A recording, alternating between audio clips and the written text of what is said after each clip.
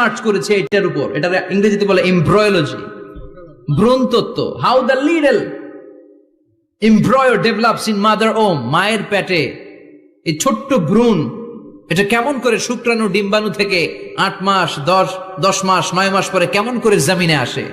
How the little embryo develops in mother womb, মায়ের পেটে কেমন করে ডেভেলপ করে। একেবারে ক্ষুদ্র ছিলাম আমি, তুচ্ছ ছিলাম আমি, নগণ্য ছিলাম আমি, আমার কোনো নাম ছিল না, আমার কোনো গ্রাম ছিল না, আমার কোনো পরিচয় ছিল না। এখন দুনিয়াতে আমাদের পরিচয় আছে না নাই? কিন্তু মিজানুর রহমান আজহারী একটা সময়ে লাম ইয়াকুন শাইআম মাযকুরা, তোর কেউ চিনতো না, তোর নামটাও কেউ জানতো না, উল্লেখ করার মতো তুই কিছুই ছিলি না। এটা দিয়ে আল্লাহ বুঝাতে চাইলেন তোর কিছুই ছিল না, জিরো থেকে আমি হিরো বানালাম। ক্ষমতার দাপট দেখাবি না, ক্ষমতার অহংকার দেখাবি না, টাকা পয়সার গরম দেখাবি না। 2 দিনের টাকার মালিক হয়ে ওর পা জমিনে লাগে না, এরকম টাকা আছে না নাই?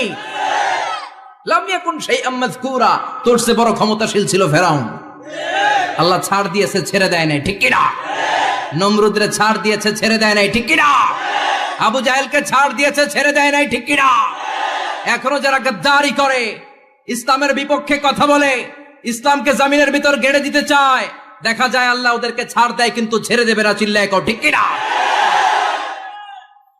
পৃথিবীতে কেউ তো স্থায়ী হয় না, হোক না সে ফেরাউন কিবা নমরুদ, কেউ ভাবে চিরদিন রয় না, কেউ ভাবে চিরকাল রয় না। কেউ থাকতে আসে নাই, এত বড় বড় দাপটওয়ালারা সব শেষ। আমি তো প্রায় জায়গায় বলি, আমি ফেরাউনের লাশটা